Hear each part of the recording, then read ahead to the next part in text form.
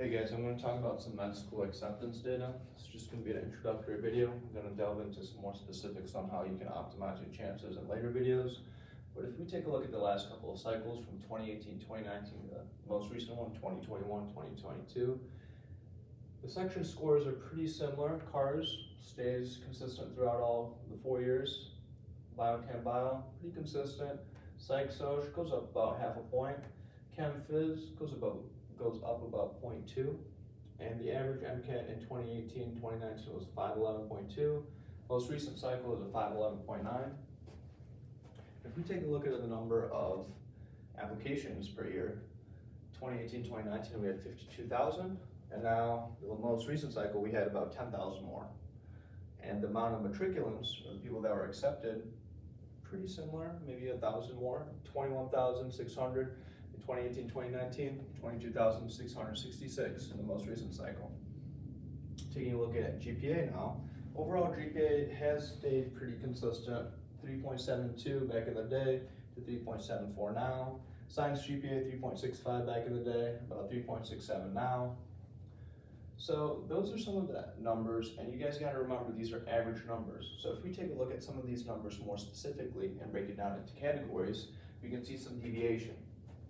For example, if we take a look at the number of matriculants in the most recent cycle, about 10,000 were males that were accepted, and about 12,500 were about females that were accepted.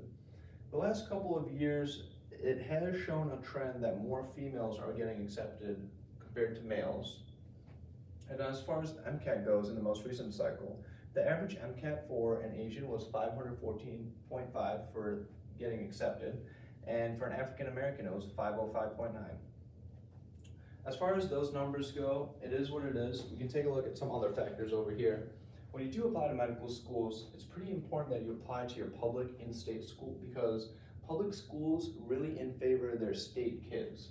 For example, University of Wisconsin-Madison gives out interviews to their in-state kids at a higher rate than out-of-state kids, even if they have the same credentials. As far as state location goes, a lot of people like to apply to California with good reason. It's got good weather. However, California schools are used to this, so they really only take people with regional ties. Like UC Davis really wants ties to Sacramento.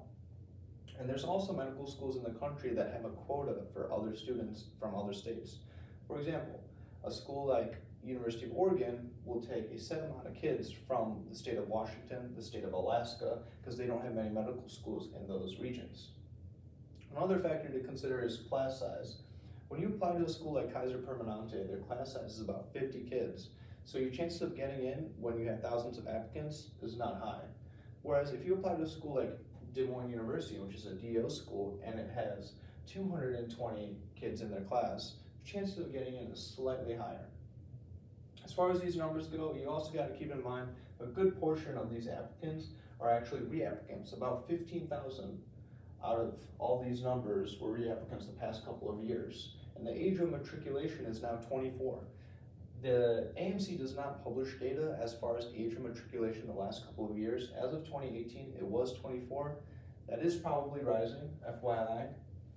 Now, in the future videos, we're going to talk about how you can maximize your time, what you can do between freshman year and senior year, and when applications open, when they close, what AdComs look for, the trifecta of clinical experience, research, and volunteering, how you can get those opportunities, where to look, how to do your best, how to optimize your time. Those are going to be in the future videos. Until then, take care, guys.